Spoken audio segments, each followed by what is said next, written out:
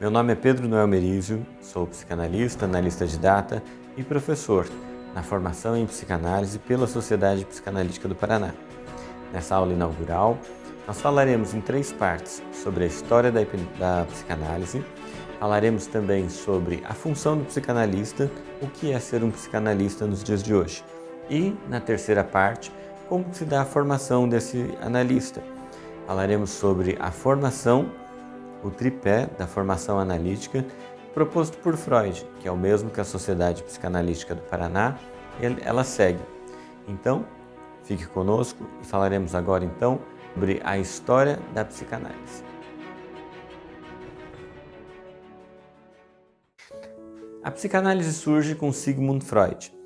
No ano de 1882, quando ele se forma médico, ele se aproxima então de um clínico famoso à sua época, Joseph Breuer. É uma associação importante para o início da psicanálise, porque o Breuer conta para Freud, para aquele jovem de 26 anos, formado em medicina, que ele está atendendo uma paciente que sofre de determinados sintomas, como paralisias, como cegueira, como esquecimentos, e Freud fica interessado por esse caso. Então, é o primeiro caso que é considerado o primeiro caso da psicanálise, aonde então Freud e Breuer trabalham então na análise e posterior escrita de um livro, Estudos sobre Histeria. Então esse é o primeiro passo para que Freud comece a entender um pouco mais dessa prática da psicanálise. Com o tempo ele vai aprendendo, vai estudando e essa prática vai ganhando um corpo, vai ganhando um refinamento, uma teoria. Freud também passa por um momento importante, que é junto com Charcot, um médico da época, que ele cuidava da ala das histéricas no Hospital de Salpêtrière, e nessa ala o Freud então tem contato com as mulheres que eram consideradas histéricas, era o nome que se dava a essa neurose de conversão, onde elas tinham parestesias, onde elas tinham convergência de membros, onde perdiam a fala, algumas tinham surdez, outras tinham esquecimentos, mudez, então vários sintomas. E Freud, nas entrevistas, acompanhando, ele começou a perceber que esses sintomas não estavam falando, não estavam conectados a uma fisiologia, como se não fizesse parte desse corpo. Freud então agora começa a olhar para essa doença e perceber que esse corpo é uma forma então dessa doença falar, que é simplesmente uma doença que não está localizada num corpo físico. Freud cria então agora um grande problema para a medicina da época. É como se ele quisesse trazer uma alma para dentro desse corpo. Então ele quer mostrar que existe um aparelho psíquico e esse aparelho psíquico, ele, através desse corpo, ele acaba então falando. Hoje muito conhecido e muito falado, nós vamos falar em doença psicossomática. Então psico, de psique, mente, e soma, do grego também, significa corpo. Então a doença psicossomática nada mais é do que uma doença que nasce no psiquismo e ela usa esse corpo para falar. Então é uma forma de se expressar. E Freud então, em Salpêtrière, com Jean-Martin Charcot, ele começa a observar. Charcot utilizava um tipo de hipnose nessas mulheres histéricas e ele promovia como se fosse um show. Então ele era famoso porque ele conseguia sugestionar essas histéricas e trocar os sintomas de uma paciente com outra. E muitas vezes ele conseguia eliminar o sintoma para provar que aquela mulher não estava doente fisicamente. Tem um caso interessante de Augustine, onde ele sugere a remoção dos sintomas e essa paciente consegue levantar da cadeira, caminhar normalmente, voltar para a cadeira. Quando ele retira então do estado de transe hipnótico, voltam então aqueles sintomas anteriores à sugestão, ou seja, aqueles sintomas considerados como histeria. Então a hipnose nesse início serve muito bem para Freud entender e comprovar algumas teorias que ele tinha sobre o inconsciente. O inconsciente, que é o material então para que a psicanálise aconteça. Freud vai falar sobre um amor à verdade e essa verdade que nós estamos falando, e esse amor que a gente pode praticar dentro da clínica, né, psicanalítica é o quê? É escutar esse inconsciente que está querendo falar, tá? Esse inconsciente que está querendo dizer algo para nós. O trabalho, então, desse psicanalista é escutar esse inconsciente. Então, como nós já dissemos, a psicanálise ela é uma prática que tem uma teoria. Freud, então, começa a praticar a psicanálise. Ele começa a perceber, a desvendar esse inconsciente humano. É interessante que os trabalhos começam muito antes de 1900, tá? Mas o marco vai ser 1900 com a publicação do livro, A Interpretação dos Sonhos, onde vai ficar bem conceituado o inconsciente, onde Freud vai trazer a ideia de psicanálise. Mas, a partir da publicação do livro A Interpretação dos Sonhos, nós vamos ver a psicanálise tomando forma. Nós vamos ver a psicanálise agora criando teorias. E Freud, concomitante sempre com a clínica, vai então aplicando essa psicanálise, estudando casos e transformando isso em teoria. E a psicanálise tem os seus conceitos básicos, tem os seus conceitos de base, né? São as suas tópicas. E Freud fala que para ser um psicanalista é necessário que você entenda eles e aceite a todos eles. Então, conceitos como determinismo psíquico, né? Nós podemos trocar de assunto durante várias vezes, mas sempre estaremos permeados, um assunto conectado ao outro. Então, esse determinismo psíquico que nos permite fazer uma associação livre de ideias, que é a base da psicanálise. Dentro do setting analítico, lhes é permitido falar tudo. Então, ao analisando, é possível falar livremente de seus desejos, seus sonhos, de tudo que foi reprimido, recalcado, do que ele sabe e não sabe, deixe vir à tona. Então, hoje nós gravamos essa aula inaugural dentro de um setting analítico, para poder então já começar a trazer essa experiência do que é um divã, do que é um setting analítico e como que funciona. E Freud fala que tinha essa ética psicanalítica, essa forma de agir que é da psicanálise. Então não é somente falar, não é somente ouvir, mas sim também analisar, entender, compreender e interpretar.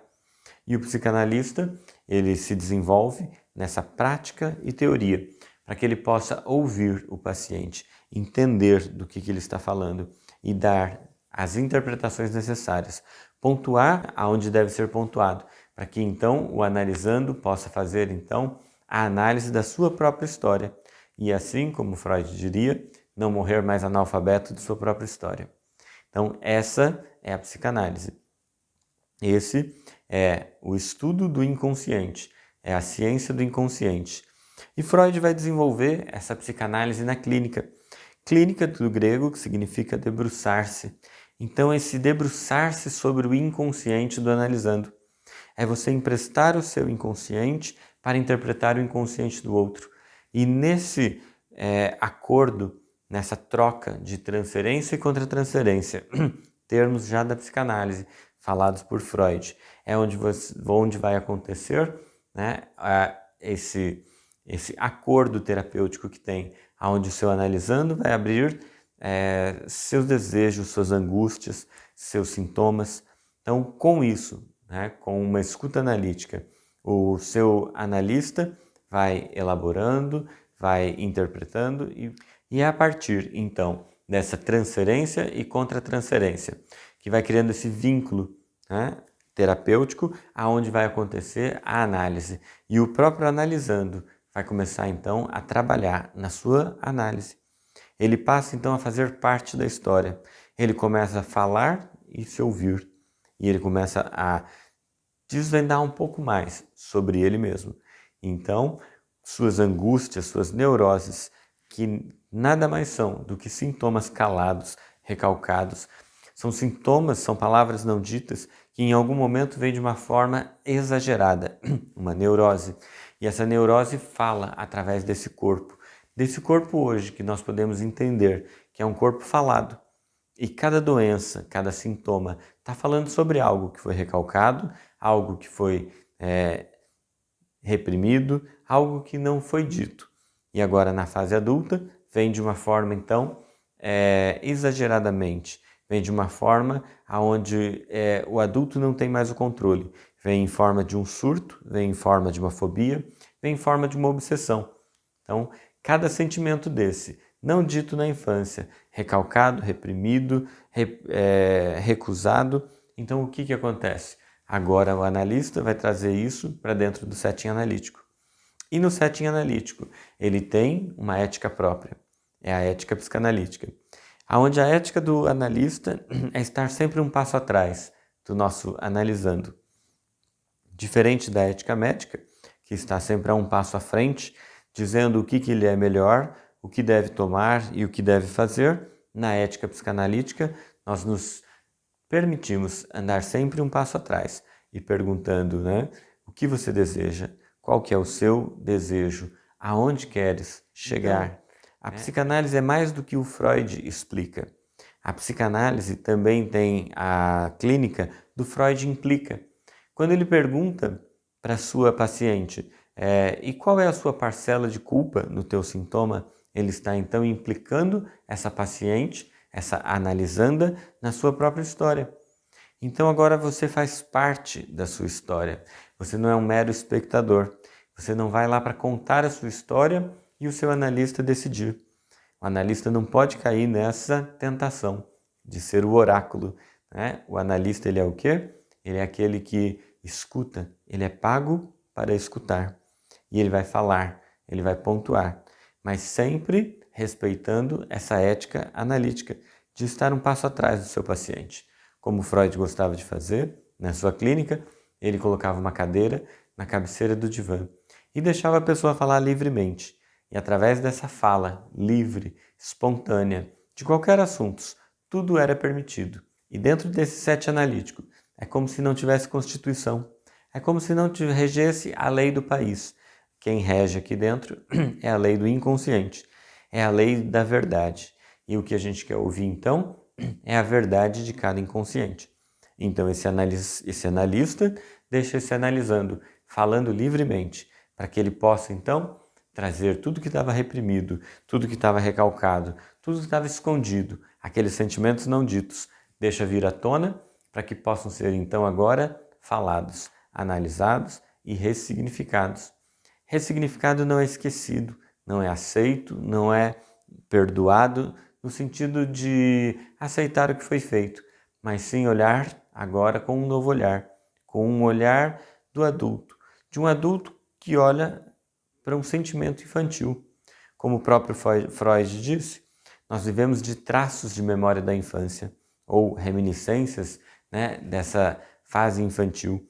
É mais ou menos dizer como se cada adulto, né, bem formado, tivesse mais ou menos uma idade mental de 7 anos. Então estamos falando sobre adultos que se formaram à base do seu caráter até 7 anos de idade.